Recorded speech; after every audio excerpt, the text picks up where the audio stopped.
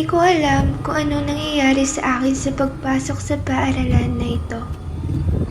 Halo-halong emosyon ang nararamdaman ko. Natutuwa ako kasabay nito ay ang aking takot. Pakiramdam ko may mali. Hindi sa paaralan, kundi sa aking sarili. Akala ko magiging normal lang ang lahat.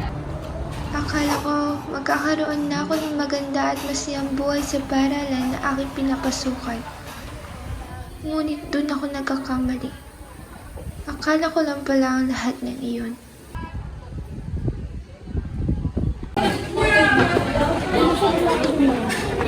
Ako ba'y public student? Opo. Ikaw sumunod ka sa akin.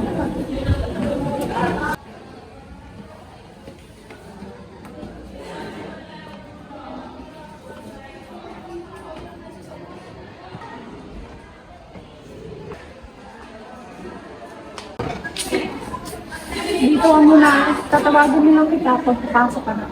Sige po, maghihintay na lang po ako dito.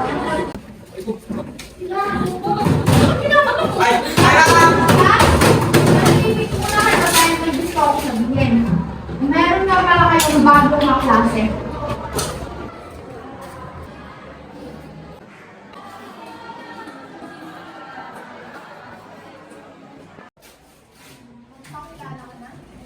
Hi!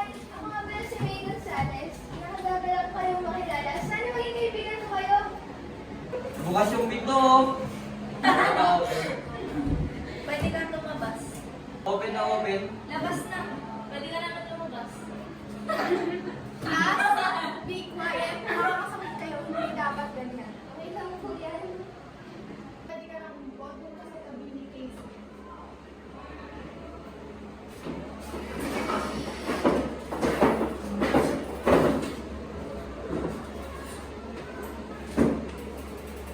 Okay, class. Mag-behave muna kayo. Aalis ako.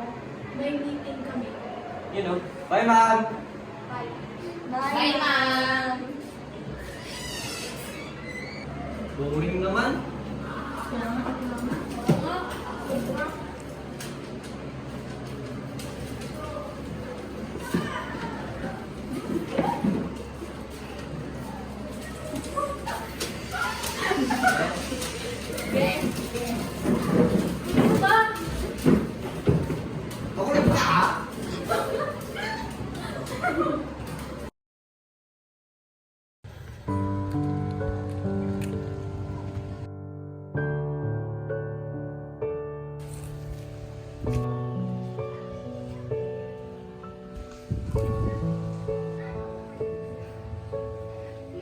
Ma, nandito na po ako!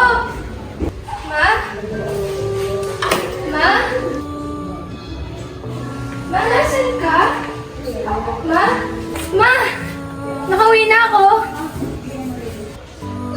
Oh, nakauwi ka na pala. Kamusta ang first day of school?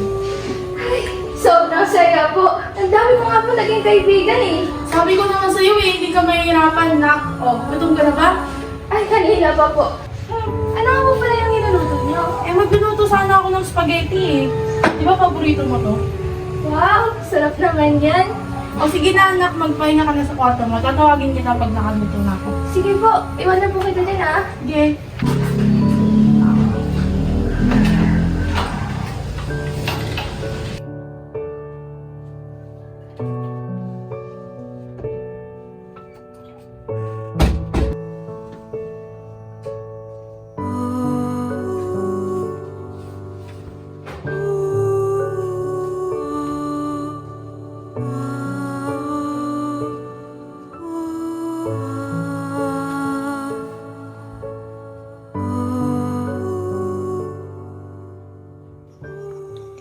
Ganito na naman? Ganito na lang ba palagi? Hindi ba sila napapagod na pagtawanan ako? Ano bang mali sa akin? Ba't para bang lagi na lang nila sa akin sinisisi?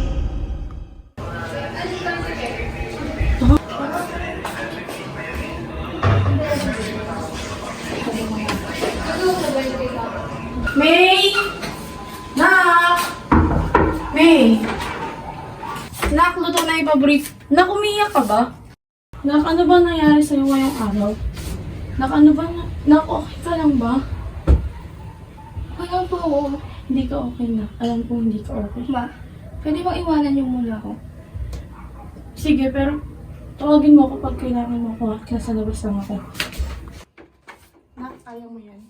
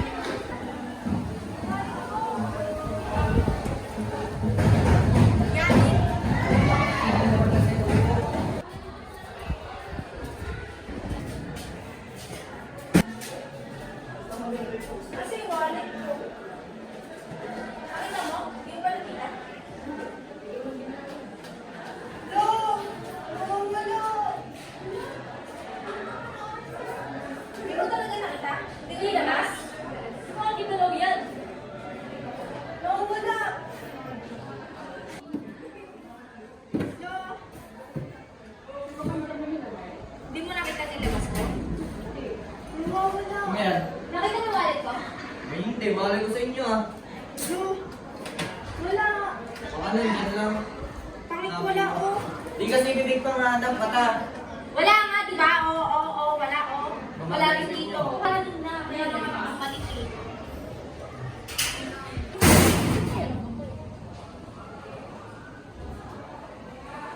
Baka siya kumuha. Nakita mo wallet ko? Wala. Hindi ko alam kung ano yung wallet. Mas kaalis ko lang, di ba? Wala? Hindi. Nawala eh. Hindi, magkakapan na lang ako para magkaalaman. Patingin kami ng tao. Sige na, tingnan niyo. Pag nakita namin yung wallet dito, anong gagawin mo?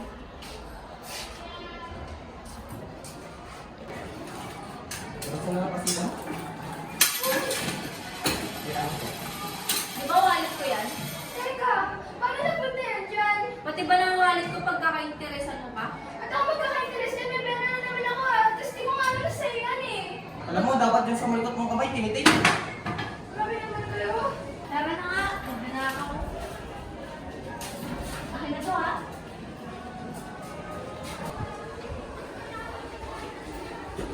Ano mo eh? Kaya?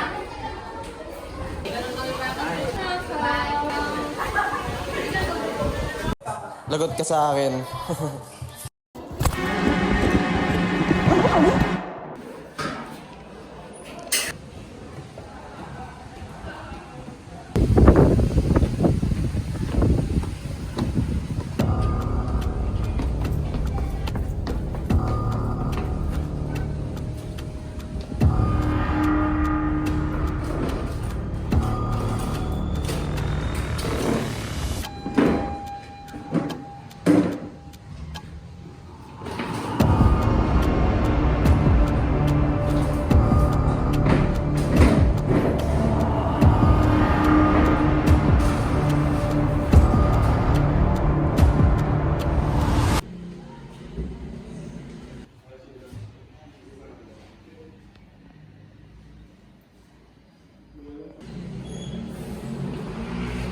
Akin na to.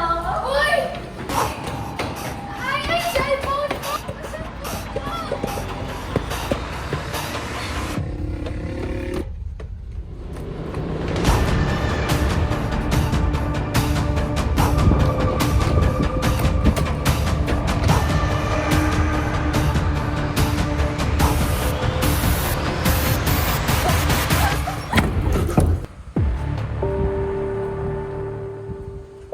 Hindi ko alam kung ano nangyari sa akin ng gabi na iyon.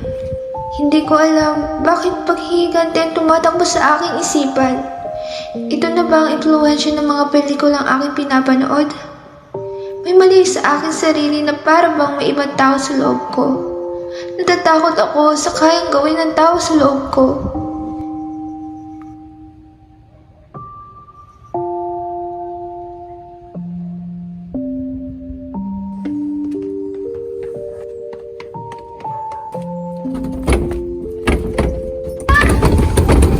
Ano, buksan mo ba ng awa mo na?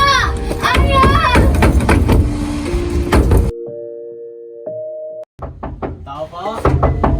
po. Miss Gonzales. Hello? Tao po. Miss Gonzales. Yes po, ako nga po. Well, you are arrested by the virtue of warrant of arrest for the crimes of murder. The right to remain silent. Anything you make will I use against you. You have the right to have a competent counsel providing of your choice. If you cannot afford the service of counsel, the government will provide one for you. Do you understand? Bitawan mo ako! Wala akong kinalaman dyan! Bitawan mo ako! Bitawan mo ako! Bitawan mo ako!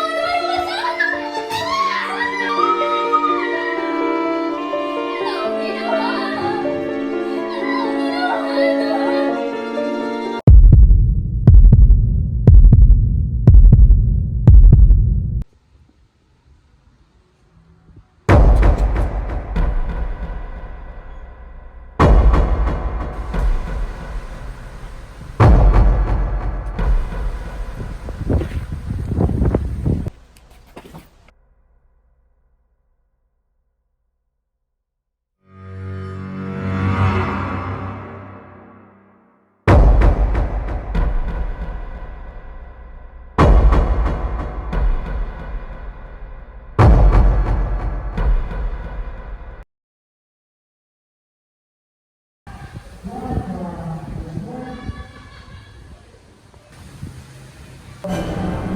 Si May ba yun?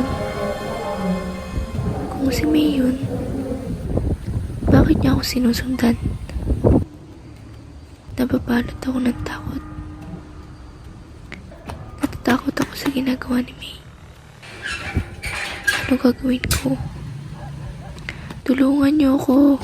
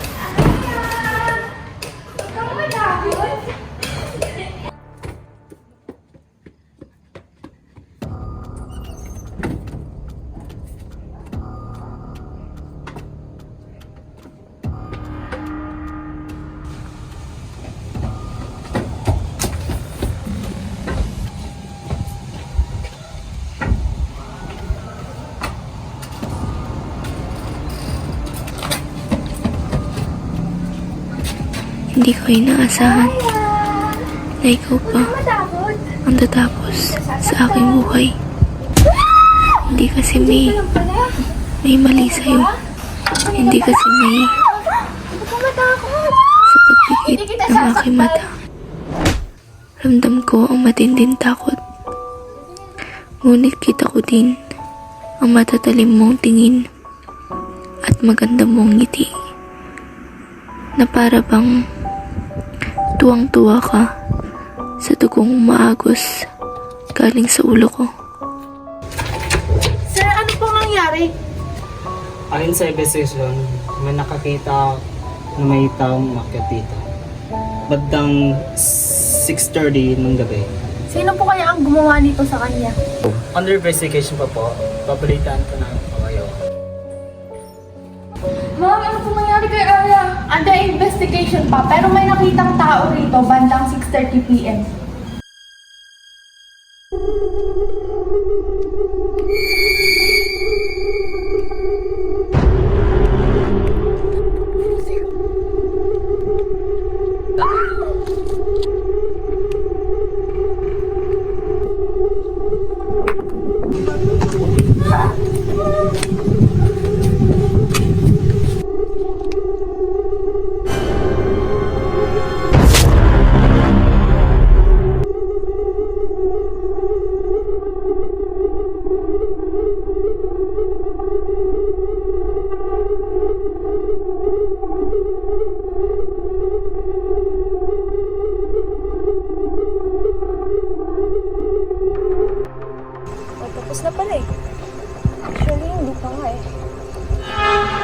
Nakita mo ba ito?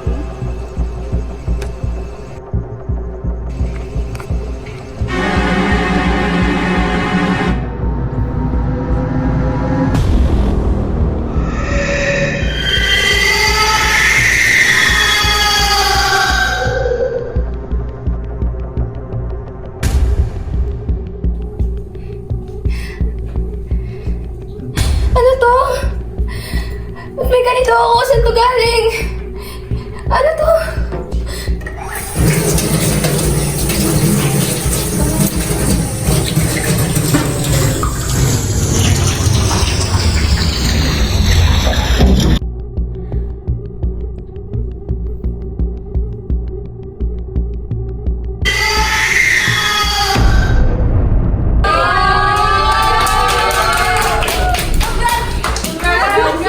Kaya ang galing no, na-influensyahan talaga siya na pinapanood niya. Kaya dapat yung mga pinapanood natin, hindi lang basta-basta.